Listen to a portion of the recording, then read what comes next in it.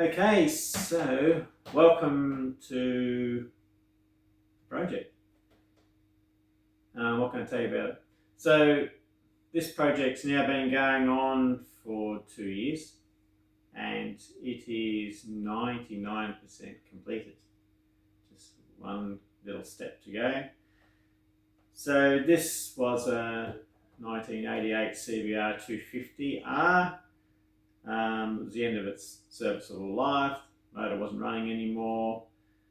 So I thought, price is right. Might be a good opportunity to attempt an EV conversion. It's something I always wanted to do. Didn't know much about how to go about it. But this seemed like a nice, small, light bike to test it on.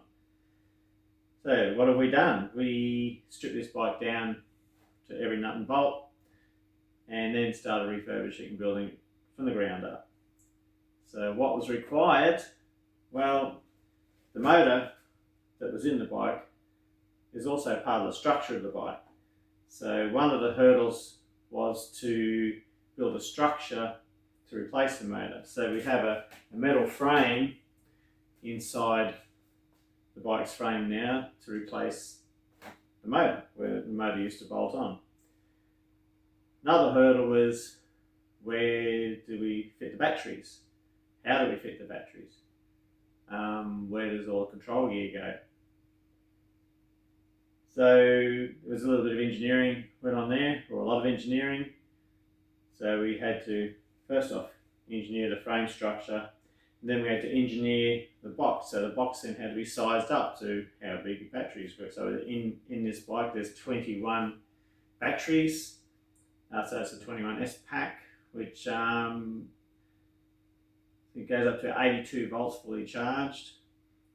So it's high voltage DC, so there's a lot of high voltage DC considerations in designing the bike.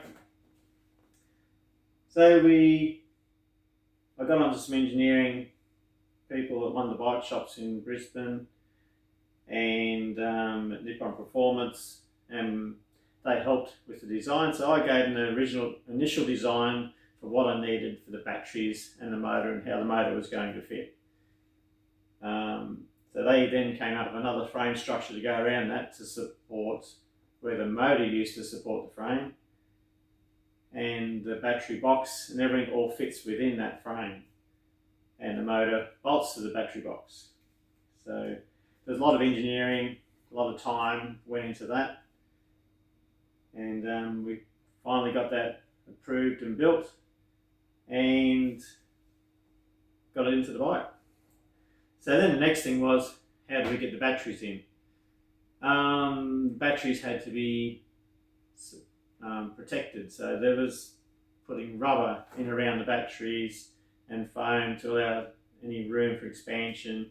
But not that these batteries do expand, which we got confirmed, but we needed to make sure that the batteries weren't compressed, but they weren't able to move from where they are. They can't just rattle around or all the terminals will come loose.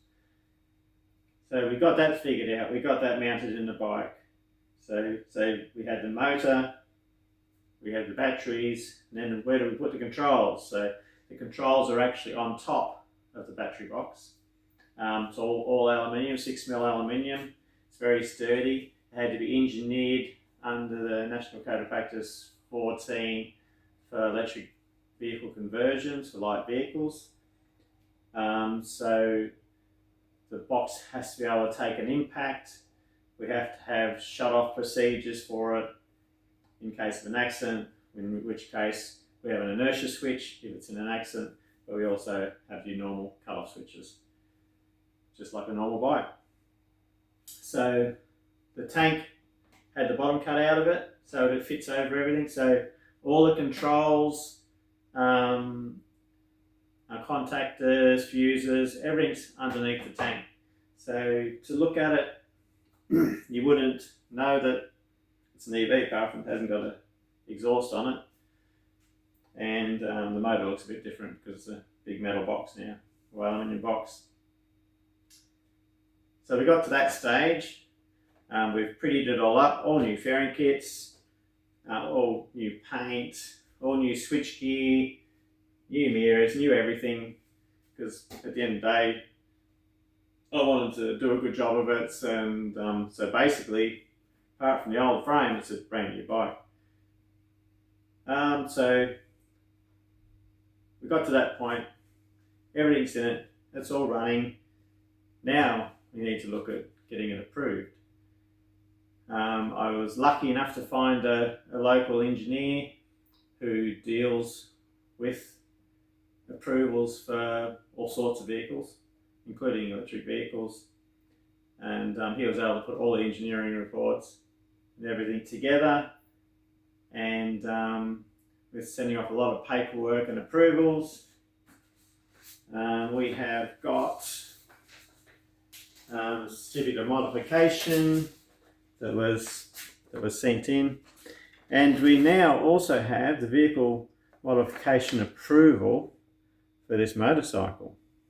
So what does that mean? That means this bike is approved for on-road use. So now my next step is to get it roadworthy, just like a normal motorcycle, and then go and pick up the plates, and then we can start road testing it. So keep watching, and next time you see this, we'll be putting the plates on it and starting to do some road testing. So hope you've enjoyed what we've done with this bike so far, and it'll be good to finally see it on the road.